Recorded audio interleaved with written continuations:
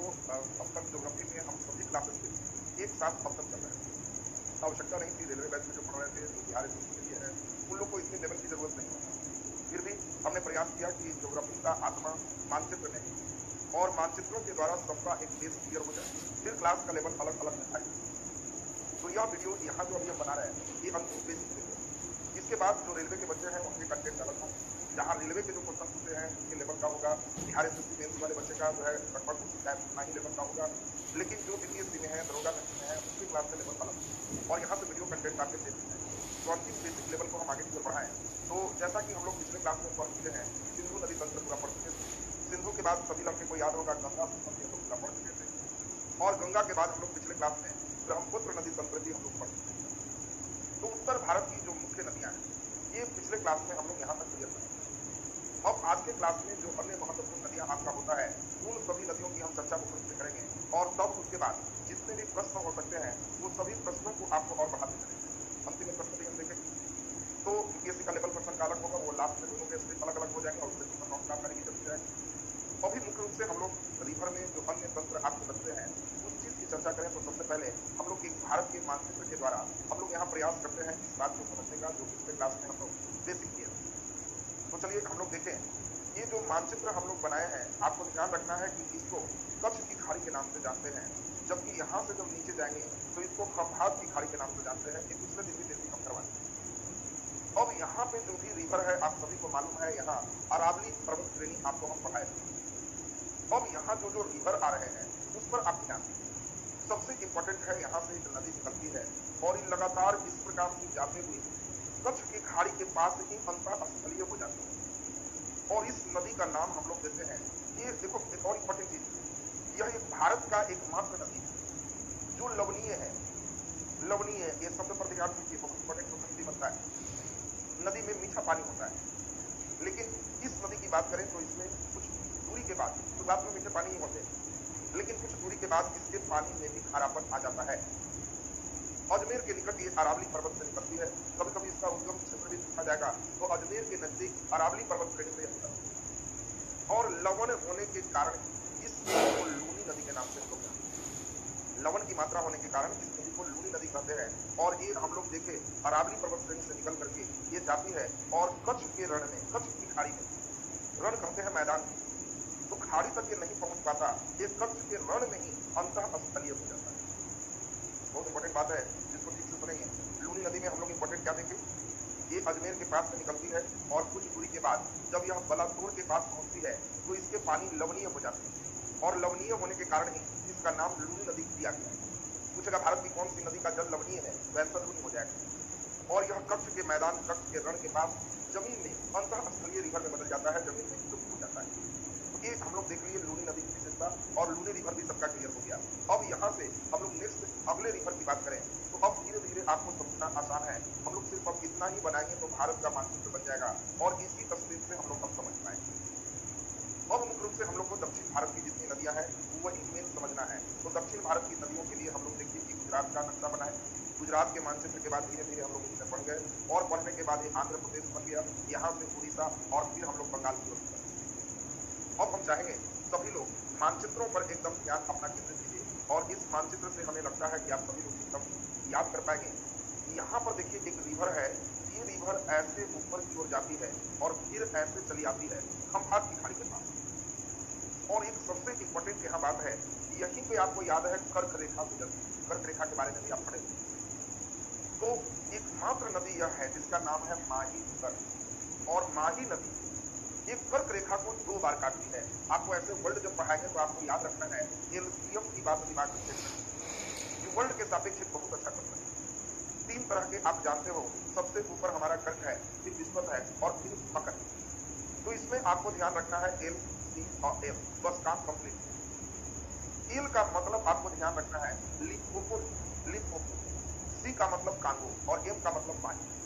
तो हम लोग को मालूम है ये विस्पत रेखा को 2 बार काटने वाला नदी तो कांगो, मकर रेखा को 2 बार काटने वाला रिवर तो लिम्पोपो और कर्क रेखा को 2 बार काटने वाली रिवर जो देख रहे हैं तो ये हम लोग का पानी है।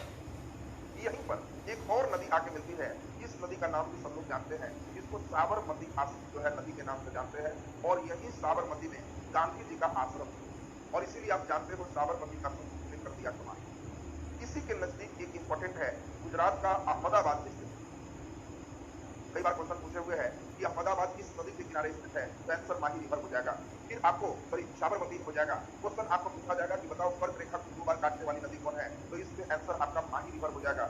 अब यहाँ से हम लोग डिटेल पार्ट को देखेंगे। देखिए यहाँ से एक रिवर निकलती है, आप सभी को याद होगा, मैकाल की सबसे ऊंची चोटी अमरकंटक, और अमरकंटक से ऊपर की ओर एक रिवर जाता था जो गंगा की सहायक नदी थी, और इस नदी को सोन रिवर कहते हैं। और इसी अमरकंटक से एक रिवर इधर की ओर निकलती है, और ये लगातार किस प्रकार से चलते हुए जाती है। इसी नदी का नाम आप सब लोग जानेंगे, सब लोग को मालूम भी होगा। इस रिवर को हम लोग नर्मदा नदी के नाम से जानते हैं। तो आपको कभी भी पूछेगा नर्मदा, तो आपको दिमाग में सेट करना है कि समझ नर्मदा रिवर कहां से निकलती है। तो आप सबको याद हो गया कि नर्मदा नदी हमारा अमरकंटक से निकलती है। बहुत इंपॉर्टेंट क्वेश्चन। नर्मदा कहां से निकलती है, तो अमरकंटक से निकलती है। और अमरकंटक के निकलने के बाद ये एक और इंपॉर्टेंट क्वेश्चन है, पश्चिम की ओर प्रवाहित होने वाली ये भारत की सबसे लंबी नदी। देखो कई बच्चे लंबी नदी में इतने क्वेश्चन बनते हैं, उसको ध्यान रखना है। पश्चिम की ओर प्रवाहित होने वाली भारत की सबसे लंबी नदी कौन है, तो नर्मदा। और इस साइड में हमारा अरब सागर है। और ये भी क्वेश्चन आपको पूछा जाता है कि नर्मदा नदी कहां गिरती है, तो बहुत इंपॉर्टेंट हो गया कि नर्मदा नदी अरब सागर में जाकर गिरती है। लगभग 1300 किलोमीटर की इसकी लंबाई है। तो कभी कभी लेंथ भी आपसे पूछता है। 1300 किलोमीटर पश्चिम की ओर प्रवाहित होने वाली सबसे लंबी नदी। और इस नदी की कई सहायक नदी है। नीचे से एक सहायक नदी है जिस नदी को कहते हैं तवा। तवा आपको फिर परियोजना पढ़ाएंगे तो इंपॉर्टेंट है तवा परियोजना। पूछा जाएगा तवा किसकी सहायक नदी है, तो नर्मदा की। इसकी सहायक जो नीचे से है ये समझो तवा है, ऊपर से जो इसकी सहायक नदी मतलब दाईं ओर से जो सहायक नदी, ये नदी तो बहुत इंपॉर्टेंट है जानवरों के नाम से। हिरन नदी, हाथी नदी, ऊटी नदी, ये सभी नर्मदा की सहायक नदी है। जो यूपीएससी रेंज के बच्चे हो उन लोग को प्रश्न होता है कि हिरन किसकी सहायक नदी, हाथी किसकी सहायक नदी, ऊटी किसकी सहायक नदी है, ये सब नर्मदा की सहायक नदी। तो नर्मदा में हम लोग इंपॉर्टेंट चीज देख लिए। यहाँ पे आप सभी को याद भी होगा 2 पर्वत थे, विंध्य के बाद हम लोग सतपुड़ा देखे थे, जिसके पर्वतों के बीच के भ्रंश घाटी से यह गुजरता है। और भ्रंश घाटी से गुजरने के कारण वहां कठोर चट्टान होते हैं, तीव्र ढलान होते हैं, और इसके कारण यह नदी बहुत तेजी से प्रवाहित होती है, चट्टान कट नहीं पाते हैं। और इसके कारण ये नदी आपको याद है सबसे इंपॉर्टेंट बात कि आपको यह डेल्टा का निर्माण नहीं करके इसके द्वारा एस्चुरी का निर्माण होता है। ये सबसे इंपॉर्टेंट यहाँ पर बात है। एस्चुरी का मतलब आपको हमने बताया था कि इसके द्वारा कोई कटान नहीं होते, जो मलबा गिराते हैं समुद्र का ज्वार भाटा सीधा उसको लेकर चला जाता है। तो बहुत इंपॉर्टेंट क्वेश्चन है, भारत की कौन सी नदी डेल्टा नहीं बनाती, कौन सी नदी पश्चिम की ओर प्रवाहित होती है, पश्चिम की ओर प्रवाहित होने वाली सबसे लंबी नदी कौन है। और ये सब हम लोग देख लिए, इसका उद्गम स्थल भी हम लोग देख लिए अमरकंटक में है। नर्मदा किन किन जो है राज्यों से प्रवाहित होती है, नर्मदा किस राज्य में सबसे ज्यादा प्रवाहित होती है। कभी कभी बहुत देर के मंजर से क्वेश्चन निकाले जाते हैं, तो आपको दिमाग में सिर्फ रखना है कि नर्मदा सबसे ज्यादा मध्य प्रदेश राज्य में प्रवाहित होती है। ये मध्य प्रदेश की जीवन रेखा है।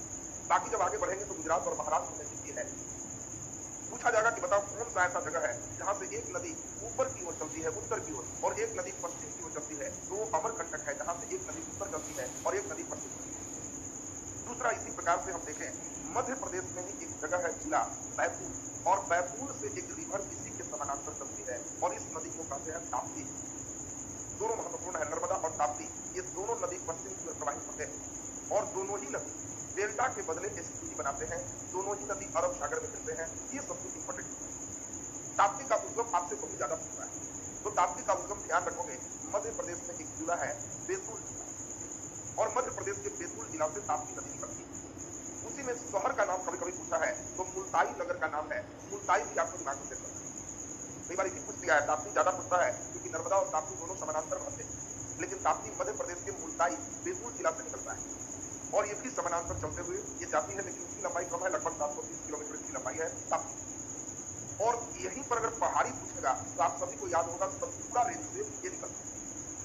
दोनों में अंतर है, नर्मदा की बात करेंगे तो ये मैकाल से निकलता है, और अगर हम ताप्ती की बात करेंगे तो सतपुड़ा से निकलता है। तो कभी कभी पर्वतों के साथ क्वेश्चन रहता है, जिला के साथ क्वेश्चन रहता है, नगर के साथ क्वेश्चन होता है, और छोटे एग्जाम में बहुत इंपॉर्टेंट क्वेश्चन होता है कौन सी नदी अरब सागर में गिरती है। हम समझते हैं नर्मदा और ताप्ती, सभी लोगों को दिमाग में देती है। और इसके बाद हम लोग देखें दक्षिण भारत में, ये तो हम लोग देखें कि ये रिवर सिस्टम आप पढ़े, जनरली सभी नदियां बंगाल की खाड़ी में गिरती है, इधर वे ऑफ बंगाल, लेकिन इसके विपरीत इधर की नदियां अरब सागर में। अब यहाँ पे आपको इंपॉर्टेंट है कौन सी नदी इधर की ओर बहती है, तो एक बहुत इंपॉर्टेंट हम लोग देखेंगे, यहाँ पे एक रिवर है, तो यहाँ से जाकर के यहाँ पे जाके मिलती है और ये रिवर आपके दिमाग में सेट है।